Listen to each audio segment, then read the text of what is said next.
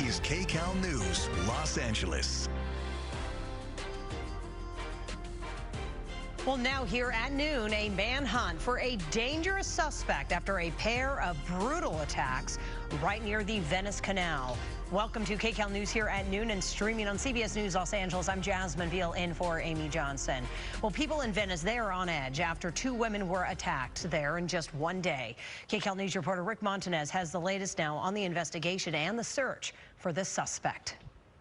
And this area we're talking about is an iconic neighborhood in LA where lots of people like to walk at all hours of the day and night. And neighbors there certainly are worried because of this attack. And that's also why LAPD Pacific Station officers will be out on those extra patrols. Both of these women were attacked near the Venice canals. We'll show you the area now. And these attacks happened around 10:30 Saturday night for the first one, and the second one was at 11:30.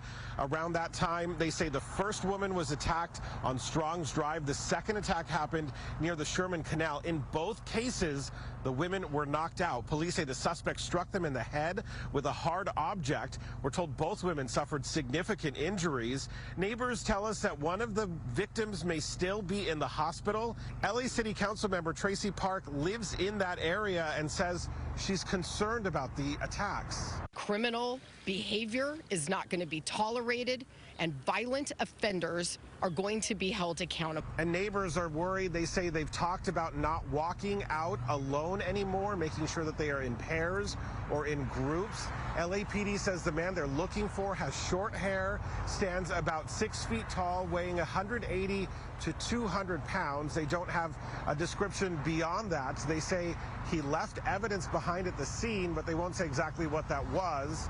And they're asking anyone with information to call LAPD immediately. Reporting in Delray, Rick Montanez, Kcal News.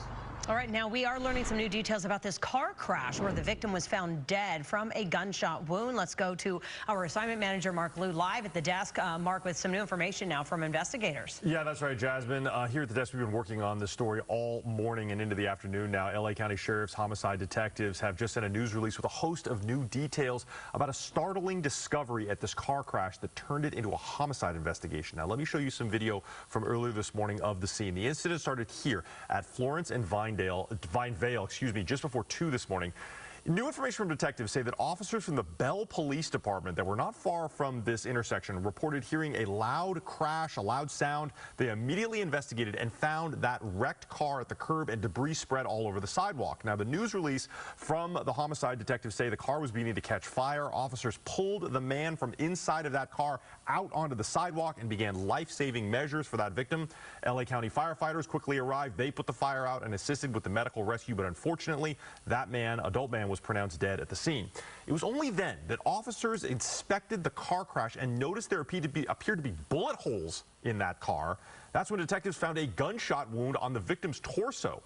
They declared this area a crime scene and immediately launched their homicide investigation. So far, there is no information about a suspect or if another vehicle was involved here or even where this shooting actually took place. They only know the victim ended up here at Florence and Vinevale.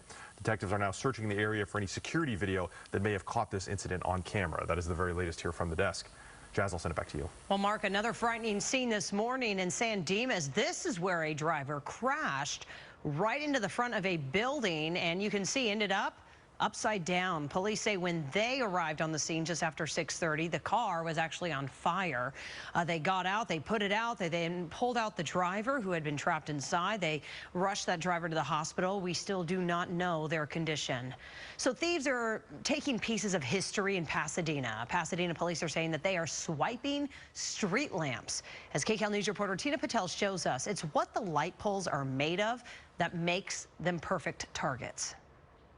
If you were walking or driving down Orange Grove Boulevard, you probably would not think twice about this light pole, but it is an aluminum replica just installed this morning because the original bronze light pole that had been here was stolen. City workers have been busy spending time and money to replace 11 light poles that have been stolen from this historic Pasadena neighborhood over the past couple weeks. The poles were originally put up in the